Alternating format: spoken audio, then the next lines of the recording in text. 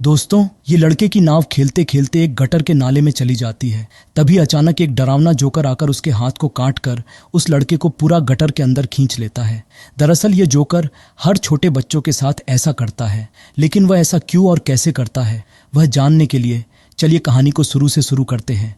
Hello दोस्तों, मेरा नाम है अनंत और आप देख रहे हैं टॉक टेक विद अनंत। तो कहानी की शुरुआत होती है शाम की डरावनी बारिश से, जिसमें हमें दो भाइयों को दिखाया जाता है, जिसमें बड़ा भाई बिली अपने छोटे भाई जॉर्जी को एक कागज की नाव बनाकर देता है ताकि वह बाहर बारिश में उसे लेकर खेल सके। फिर जॉर्जी उस कागज की नाव के साथ बारिश में खेलने के लिए बाहर चला गया। फिर अचानक उसकी कागज की नाव बारिश के पानी में तैरते तैरते एक नाले में चली जाती है। जैसे ही जॉर्जी अपनी नाव वापस लेने के लिए नाले के करीब जाता है, वहां उसे काले अंधेरे में एक डरावना पेनीवाइज जोकर दिखाई देता है, जिससे जॉर्जी अपनी कागज की नाव वापस मांगता है। लेकिन वह जोकर उसे अपनी चाल में फंसाने की कोशिश करता है। वह उसे अपनी नाव दिखाकर उसे उसके नजदीक बुलाता है, और जैसे ही जॉर्जी अपने हाथ से अपनी नाव लेने उसके पास जाता है, अचानक वह जोकर जॉर्जी के हाथ को काट लेता है। और जैसे ही जॉर्जी वहां से भागने की कोशिश करता है, तभी जोकर उसे पूरा अपने पास नाले में खींच लेता है, जो काफी डरावना और रोंगटे खड़े कर देने वाला सीन होता है। इस घटना के बाद जॉर्जी गायब हो जाता है और अब यह कोई नहीं जानता कि वह कहाँ गायब हो गया है। इसके बाद सभी को लगता है कि वह मर चुका है। फिर यहाँ से सीन चेंज होता है और इसके कुछ महीनों के बाद हमें माइक नाम के एक लड़के को दिखाया जाता है,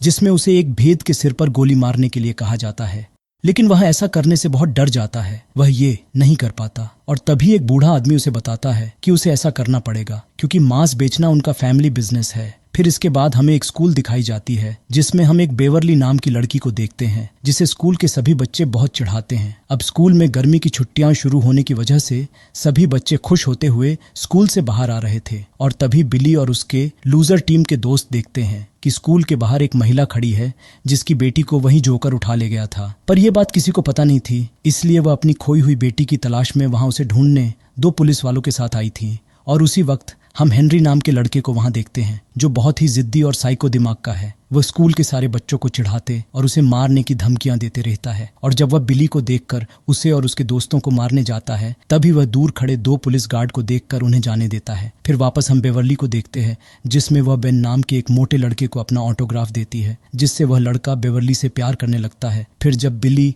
स्कूल से अपने घर आता है, तब उसे उसके पिता डांटते हैं, क्योंकि बिल को अभी भी लगता था कि उसका छोटा भाई जॉर्जी अभी भी जिंदा है। वह अपने पिता को समझाता है कि कैसे उसका भाई अभी भी जिंदा है। वह ये भी बताता है कि जॉर्जी उस नाले में गिरते गिरते एक सिल्वर लाइन के पास पहुंच गया होगा और वहां से जिंदा निकल के कहीं चला गया होगा। लेकिन उसके पिता उस पर गुस्सा हो जाते हैं और उसे यह कहते हैं कि ऐसा करना बंद करो, तुम्हारा छोटा भाई अब नहीं रहा, और वह बार बार ऐसा करेगा तो उसकी माँ को यह अच्छा नहीं लगेगा। ये सुनकर बिली वहां से मायूस होकर चला जाता है। उसके बाद हम माइक को देखते हैं, जो एक साइकिल लेकर सब जगह मांस पहुंचाने का काम कर रहा था।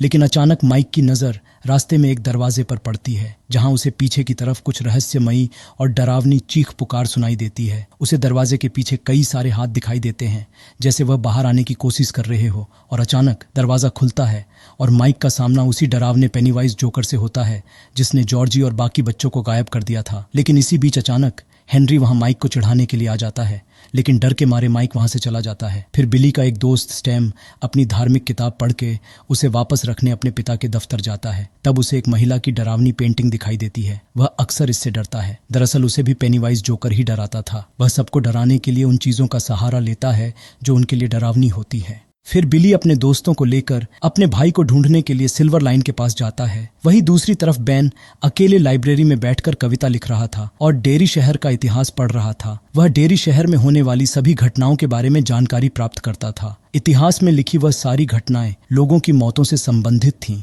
वह उसमें देखता है कि वहां बहुत से लोग मारे गए थे। बेन उसे जानने के लिए रहस्यमयी चीजों की कल्पना करना शुरू करता है कि यह सभी घटनाएं वही पेनीवाइज जोकर द्वारा की जा रही थीं, ना कि किसी और के द्वारा। वही अचानक बेन को वहां एक लाल रंग का उड़ता हुआ गुब्बारा दिखाई देता है, लेकिन वह बेन के सिवाय और किसी को दिखाई नहीं देता। गुब्बारे का पीछा करते हुए बेन को वहां कई अंडे मिलते हैं और वह उनका पीछा करते हुए लाइब्रेरी तक आ जाता है। तभी अचानक एक सिर से कटा और जला हुआ आदमी बहुत सारे जले हुए अंडे लेकर वहां आता है और बेन पर हमला करने के लिए उसके पीछे भागता है, लेकिन बेन जैसे तैसे करके वहां से बच निकलता है। तभी उसी बीच में हेनरी और उसके दोस्त उसे पकड़ लेते हैं। वे मिलकर बेन को बहुत डराते हैं और डराते हुए हेनरी अपने चाकू से उसके पेट पर उसका नाम हेनरी लिखने की कोशिश करता है। और इस बीच एक कपल अपनी कार लेकर उसी रास्ते से जा रहे होते हैं। बेन उन्हें मदद के लिए बुलाता है, लेकिन वे उसे अनदेखा कर देते हैं। लेकिन बेन जैसे तैसे करके वह अपनी जान बचाकर वहां से भाग निकलता है, लेकिन हेनरी और उसके दोस्त उसका पीछा करते हैं। वहीं दूसरी तरफ बिली अपने दोस्तों के साथ सिल्वर लाइन के अंदर जाता है और उसे वहां किसी और बच्चे का जूता मिलता है। और जैसे ही बिली अपने भाई की तलाश में और अंदर जाने की सोचता है, तभी अचानक घायल अवस्था में बेन हेनरी से डरकर भागते हुए वहां पहुंच जाता है। फिर बेन उन सबको पूरी बात बताता है। वह सुनकर वह सभी वहां से भाग जाते हैं, लेकिन उसके बाद हेनरी का दोस्त बेन की तलाश में सिल्वर लाइन तक आ जाता है। उसे लगता है बेन इसी सिल्वर लाइन के अंदर छिपा है, इसलिए जैसे ही वह उसे ढूंढने के लिए उसके अंदर जाता है, तभी अचानक वहां कई सारी प्रेत आत्माएं उसे मिलती हैं, जिसे देख वह डर के यहाँ वहां भागकर उसमें फंस जाता है और पेनीवाइज जोकर द्वारा मारा जाता है। वही बिली और उसके दोस्त बेन के लिए पट्टियां और कुछ दवाई खरीदने मेडिकल स्टोर में जाते हैं, लेकिन उनके पास कम पैसे होने की वजह से वह इसे ले नहीं पाते। लेकिन तभी इत्तेफाक से बेवर्ली भी उसी मेडिकल स्टोर में आती है, जो बिली और उसके दोस्तों को दवाइयां खरीदने में मदद करती है। फिर ये सभी दोस्त मिलकर बेन को ठीक करते हैं और बेवर्ली को उनके साथ उनकी टीम में आने का प्रस्ताव देते हैं। लेकिन बेवर्ली जब अपने घर पहुंचती है, तब उसके पिता हमेशा की तरह उसके साथ अजीब व्यवहार करते हैं। बेवर्ली अपने पिता के व्यवहार के कारण परेशान थी। इस कारण वह बहुत उदास और डिप्रेशन में आकर अपने बाल काट लेती है और वह बिली की टीम में चली जाती है। फिर वह सभी दोस्त और बेवर्ली मिलकर एक तालाब में खूब मस्ती करते हैं। फिर वह सभी दोस्त मिलकर बेन के घर जाते हैं, जहां वह सब मिलकर बेन ने इकट्ठा किया हुआ डेरी शहर का इतिहास पढ़ते हैं। बेन उन सभी को बताता है कि इस शहर के निवासी एक एक करके इस शहर से गायब हो गए थे। सबसे अजीब बात यह थी कि खोए हुए लोगों का अभी तक कोई सुराग या शव नहीं मिला, लेकिन उस शहर के एक कुएं के पास उन मृत लोगों के खून से सने कपड़े मिले।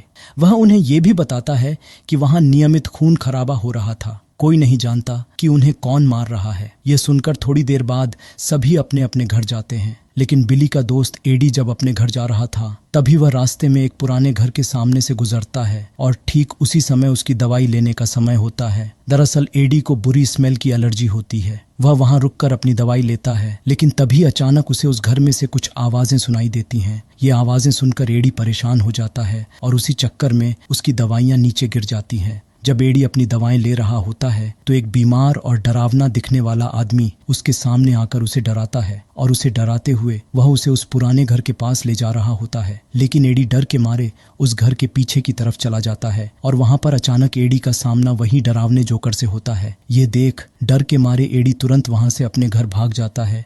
वहीं दूसरी तरफ जब बेवर्ली अपने घर में आती है, तो उसे अपनी स्कूल बैग में से एक कविता कार्ड मिलता है। अपने पिता के डर से वह उसे पढ़ने के लिए अपने बाथरूम में जाती है, लेकिन उसे भी अचानक अपने बाथरूम के वॉश बेसिन से कुछ बच्चों की डरावनी आवाज सुनाई देती है। कविता पढ़ते समय जब बेवर्ली वॉश बेसिन के ड्रेन होल में एक मापने वाली टेप डालती है, तो वह टेप पूरी खून से भर जाती है और टेप में उसे इंसानी बाल चिपके नजर आते हैं, जो अचानक बेवर्ली के मुंह पर चिपक जाते हैं। वे उसे खींचकर ड्रेन होल के अंदर की ओर ले जाने की कोशिश करते हैं और उसी वक्त ड्रेन होल से बहुत सारा खून तेजी से निकलता है और पूरा बाथरूम उससे भर जाता है। उसी से बेवर्ली भी पूरी लिपट जाती है और बहुत ही डर के जोर जोर से रोते हुए चिल्लाने लगती है। तभी बेवर्ली के पिता उसके रोने की आवाज सुनकर वहां पर आते हैं, लेकिन वे बेवर्ली को ऐसे फीडबैक देते हैं कि जैसे वहां कुछ हुआ ही ना हो। वही बिली को अपने छोटे भाई की बहुत याद आती है और उसे भी वहां पर किसी की मौजूदगी का एहसास होता है और उसे वहां किसी के कदमों की आहट भी सुनाई देती है। उन आवाज को सुनते हुए वह आवाज उसे नीचे के तहखाने में ले जाती है, जहां बिली अपने छोटे भाई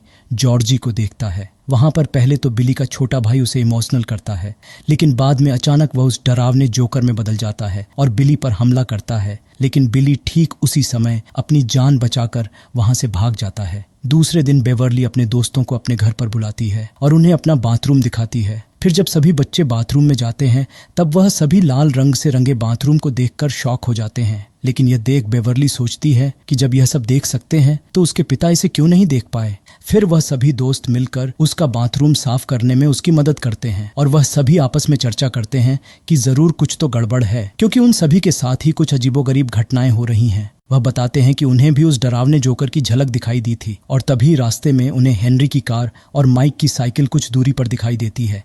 वे तुरंत माइक की जान बचाने के लिए जाते हैं। वहां जाकर वह देखते हैं कि हेनरी और उसके दोस्त माइक को पीटते हुए उसे कच्चा मांस खिलाने की कोशिश कर रहे हैं। माइक दूर से पेनीवाइज को देखता है, जो एक बच्चे का हाथ खा रहा होता है। पेनीवाइज माइक की तरफ देखकर मुस्कुराता है, माइक को बचाने के लिए उसके दोस्त हेनरी और उसके साथियों पर पत्थर फेंकना शुरू कर देते हैं और माइक को बचा के उन्हें अपने साथ ले जाते हैं। लेकिन तभी उन सभी को रास्ते में लगे कुछ गुमशुदा बच्चों के पोस्टर देखते हैं। तब बेन उन्हें बताता है कि उसने फिर से डेरी टाउन के बारे में पढ़ा है। बेन कहता है, मुझे पता चला है कि डेरी टाउन में ऐसी घटनाएं हर 27 साल में होती हैं। इस दौरान लोग, खासकर बच्चे, गायब हो जाते हैं। शुरुआत में ये घटनाएं होती हैं, फिर कुछ समय के लिए रुक जाती हैं और 27 साल बाद ये फिर से शुरू हो जाती हैं। फिर उन्हें अंदाजा होता है कि ये वही डरावना जोकर पेनीवाइज है जो बच्चों को पकड़कर खा जाता है। वह हर 27 साल बाद आता है और वो बड़ी शिकार के बाद 27 साल तक आराम करता है। उन्हें यह भी पता चलता है कि वो बच्चों को उसी रूप में डराता है जो उनके लिए सबसे ज्यादा डरावना होता है। फिर बिली अपने दोस्तों को अपने घर ले जाता है और बेन बिली के प्रोजेक्टर में उन सबको डेरी टाउन का नक्शा दिखाता है। नक्शा देखकर उन्हें पता चलता है कि ये सभी घटनाएं सीवेज सिस्टम से जुड़ी हुई हैं और ये सभी नालियां एक कुएं पर जाकर मिलती हैं जो एक पुरानी हवेली में स्थित है। बच्चे तुरंत समझ जाते हैं कि पेनीवाइज उसी पुरानी हवेली के कुएं में रहता होगा। लेकिन एडी को घुटन सी होती है। वह और ज्यादा डर जाता है और घबराकर प्रोजेक्टर बंद करने की मांग करता है। लेकिन तभी प्रोजेक्टर अपने आप बदलते हुए दृश्य दिखाता है। यह देखकर सभी बच्चे डर और उलझन में पड़ जाते हैं कि ये क्या हो रहा है। फिर स्क्रीन पर बिली के छोटे भाई जॉर्जी की तस्वीर दिखाई देती है। अचानक सभी को प्रोजेक्ट की स्क्रीन पर वही पेनीवाइज दिखता है और स्क्रीन से बाहर आकर बच्चों को डराने लगता है। उसे देख सभी बच्चे घबरा जाते हैं और जैसे ही वह बेवर्ली पर हमला करने जाता है तभी बिली घर के गैरेज का दरवाजा खोल देता है और पेनीवाइज को वहां से भगा देता है। और बिली यह फैसला करता है कि वह पेनीवाइज का सामना करने के लिए उस पुरानी हवेली में अकेला ही जाएगा जहां वह जोकर एक कुएं में छिपा है। और जैसे ही बिली वहां पहुंचता है तभी उसके सारे दोस्त आते हैं। बिल कहता है, हमें इसका सामना कर इसकी हरकतों को रोकना चाहिए, वरना गुमशुदा लोगों का यह सिलसिला यूं ही चलता रहेगा और उनमें से कोई भी उसका अगला शिकार हो सकता है। और फिर बिल की बात से सहमत होकर वे सभी बच्चे उसके साथ उस पुरानी हवेली की ओर बढ़ते हैं। फिर जैसे ही वे घर में प्रवेश करते हैं पेनीवाइज उन्हें डराकर अलग करने की कोशिश करता है। वहां एडी सामना फिर एक बार उस बीमार और भूतिया इंसान से होता है। उसे देखकर एडी डर के सीढ़ियों से गिर जाता है और बुरी तरह घायल हो जाता है। बिली का दोस्त रिची वो भी एक कमरे में बंद हो जाता है जहां कई जोकर होते हैं और जैसे ही पेनीवाइज वहां आता है बिली तुरंत दरवाजा खोलकर रिची को बचा लेता है, इससे पहले कि पेनीवाइज उसे कोई नुकसान पहुंचा सके। फिर पेनीवाइज एडी की ओर बढ़ता है लेकिन बिली और रिची वहां पहुंच जाते हैं इससे पहले कि पेनीवाइज एडी को मारने के लिए उस पर हमला कर सके। पेनीवाइज उन दोनों पर हमला कर देता है। तभी अचानक बेवर्ली वहां आ जाती है और वह लोहे की छड़ से पेनीवाइज के सिर पर जोर से मार देती है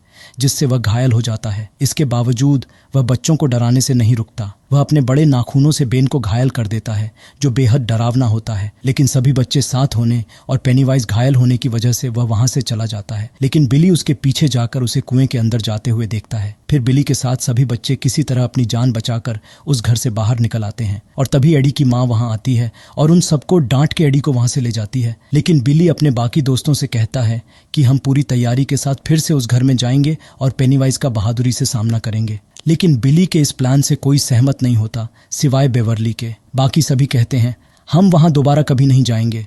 रिची कहता है कि उसका भाई जॉर्जी अब इस दुनिया में नहीं है, वह उसे भूल जाए। लेकिन यह सुनकर बिली को बहुत गुस्सा आता है और रिची और बिल के बीच झगड़ा हो जाता है। इस झगड़े के बाद सभी दोस्त अलग हो जाते हैं। तब बेवर्ली समझाती है यह पेनीवाइज की चाल है ताकि तुम सबको अलग कर सके, क्योंकि उसे पता है कि तुम्हारी एकता उसे हराने में सबसे बड़ी ताकत बनेगी। लेकिन फिर भी कोई उसकी बात मानने को तैयार नहीं होता। दूसरी ओर हेनरी अपने घर के पास रखे लेटर बॉक्स के ऊपर उड़ता हुआ एक लाल गुब्बारा देखता है जो पेनीवाइज की मौजूदगी का संकेत था। जब वह बॉक्स खोलता है तो उसे वहां एक चाकू मिलता है। यह वही चाकू था जो उसने बेन का पीछा करते समय जंगल में खो दिया था। चाकू को पकड़ने के बाद हेनरी पूरी तरह से पेनीवाइज के कब्जे में आ जाता है। पेनीवाइज उसे मजबूर करता है कि वह अपने पिता की हत्या कर दे। पेनीवाइज के प्रभाव में आकर हेनरी वास्तव में अपने सोते हुए पिता को मार डालता है। उधर बेवर्ली का पिता गुस्से में आकर उसे बहकाने की कोशिश करता है, लेकिन बेवर्ली उसे लात मारकर वहां से भाग जाती है और खुद को बाथरूम में बंद कर लेती है। उसके पिता बाथरूम का दरवाजा तोड़कर अंदर आ जाते हैं, लेकिन अपनी सुरक्षा के लिए बेवर्ली उनके सिर पर सिंक मार देती है और वहीं पर बेवर्ली के पिता बेहोश हो जाते हैं क्योंकि उनके सिर पर गंभीर चोट लगती है। इस बीच बिली बेवर्ली को खोजते हुए उसके घर पहुंचता है जहां उसे बेवर्ली के पिता का शरीर और दीवार पर पेनीवाइज का लिखा हुआ संदेश मिलता है, तुम भी मर जाओगे अगर तुमसे किसी ने बेवर्ली को ढूंढने की कोशिश की तो। बिली तुरंत यह बात अपने सभी दोस्तों को बताता है कि पेनीवाइज बेवर्ली को भी उठा ले गया है। इसे सुनकर सभी दोस्त फिर से एकजुट हो जाते हैं ताकि वे सभी मिलकर बेवर्ली की जान बचा सकें। फिर वे सभी पूरी तैयारी के साथ पेनीवाइज का सामना करने के लिए उस घर में वापस जाते हैं। दूसरी ओर बेवर्ली होश में आती है जब उसके ऊपर कुछ बूंदें गिरती हैं। वह खुद को एक बड़े नाले में पाती है जहां कचरे का ढेर ऊपर छत तक लगा हुआ होता है और उसे वहां ऊपर बच्चों की उड़ती हुई लाशें भी दिखाई देती हैं। ये देख जब बेवर्ली वहां से भागने की कोशिश करती है तो अचानक पेनीवाइज उस पर हमला करता है और वह उसे डराने की कोशिश करता है, लेकिन बेवर्ली बिना किसी डर के उसका बहादुरी से सामना करती है। उसकी हिम्मत देखकर पेनीवाइज उसे अपना मुंह खोलकर बेवर्ली को अपना असली रूप दिखाता है, जिससे देख बेवर्ली बेहोश हो जाती है और दूसरी तरफ वह सभी बच्चे एक रस्सी से नीचे जाते हैं। लेकिन जब माइक की बारी कुएं में नीचे जाने की आती है तभी वहां अचानक हेनरी आ जाता है और माइक को मारने की कोशिश करता है, लेकिन माइक उससे लड़ते हुए उसको नीचे कुएं में धक्का दे देता है। और फिर जब वे सभी उस नाले में आगे बढ़ते हैं तभी उनका एक दोस्त स्टेन उनसे बिछड़ जाता है, जहां पेनीवाइज उस डरावनी औरत का रूप धारण कर उस पर हमला करता है जो स्टेन को अक्सर वो पेंटिंग से डराती थी। अब पेनीवाइज उसे गंभीर नुकसान पहुंचा सके इससे पहले वहां अचानक बिली और उसके बाकी दोस्त स्टेन को ढूंढते हुए उसके पास पहुंच जाते हैं। इन सबको साथ में देख पेनीवाइज वहां से चला जाता है। फिर बिली को भी वहां अपने छोटे भाई जॉर्जी की झलक दिखाई देती है। वह सभी उसका पीछा करते हुए बेवर्ली के पास पहुंच जाते हैं, लेकिन बेवर्ली अनबैलेंस्ड तरीके से हवा में लटकी होती है। उसे इस हालत में देख बिली और उसके दोस्त उसे नीचे उतारते हैं, लेकिन बेवर्ली बेहोशी की हालत में होती है। वे सब मिलकर उसे होश में लाने की कोशिश करते हैं, लेकिन कोई फायदा नहीं होता। लेकिन तभी बेन उसे प्यार से गले लगाता है और तभी अचानक बेवर्ली पेनीवाइज के जादू से निकल के होश में आ जाती है। वही बिली को अपना छोटा भाई जॉर्जी मिलता है। जॉर्जी अपने कटे हुए हाथ को लेकर रोते हुए बिली को कहता है, बिली प्लीज मुझे यहाँ से बाहर निकालो, मुझे यहाँ बहुत डर लगता है। बिली उसे हौसला देते हुए कहता है, वो बोट तेज थी क्या? जॉर्जी मायूस होकर बोलता है, पता नहीं, वह अचानक तेजी से गटर के नाले में चला गया। लेकिन बिली को पता चल गया था कि वह जॉर्जी नहीं है। वह उसे गोली मार देता है, लेकिन वही अचानक उसमें छिपा पेनीवाइज जोकर बाहर आता है और वह बिली और उसके दोस्तों को मारने की कोशिश करता है। उसे देख बिली और उसके दोस्त बहुत डर जाते हैं। वह उन सभी को पकड़ लेता है और पेनीवाइज बच्चों से कहता है, तुम्हारा डर मेरी ताकत को और बढ़ा देगा। वह बिली के दोस्तों को यह भी कहता है कि मैं तुम सब की जान बख्श दूंगा, लेकिन तुम बिली को मेरे लिए छोड़ दो और इसके बदले तुम सभी यहाँ से जा सकते हो। बिल को अपना शिकार बनाने के बाद मैं भी 27 साल के लिए वापस आराम करने चला जाऊंगा और तुम लोग भी अपनी सामान्य जिंदगी में वापस लौट सकते हो। लेकिन पेनीवाइज खुद अपनी बातों के जाल में फंस जाता है, क्योंकि सभी बच्चों को पता चल गया था कि अब वह उन सबको साथ में देख के डर रहा था। फिर वह सभी बच्चे एकजुट होकर उसका सामना करते हैं। पेनीवाइज उन्हें डराने की कोशिश करता है, उनके लिए सबसे डरावने रूप लेता है, लेकिन बच्चे अब डटे रहते हैं। अब धीरे धीरे पेनीवाइज का डर बढ़ने लगता है, क्योंकि बच्चों की एकता और उनका साहस उसे कमजोर करने लगा था। यहाँ तक कि बच्चों ने मिलकर उसे घायल और छोटा कर दिया। उन बच्चों की एकता पेनीवाइज जोकर को अपनी हार मानने पर मजबूर कर देती है। डर से कांपते हुए पेनीवाइज 27 साल के लिए भूख के मारे वहां से चला जाता है और इसी के साथ ये कहानी यहाँ खत्म होती है। अब आप कमेंट में जरूर बताना कि क्या आपने इस मूवी को देखा है, और अगर आप ऐसी ही और मूवी की एक्सप्लेनेशन देखना चाहते हो तो कमेंट में वो भी बता देना। बाकी अगर ये वीडियो अच्छी लगी हो तो वीडियो को लाइक, शेयर और चैनल को सब्सक्राइब करते जाना। तो मिलते हैं अगले वीडियो में, तब तक के लिए अपना ध्यान रखना। Bye bye, Radhe Radhe.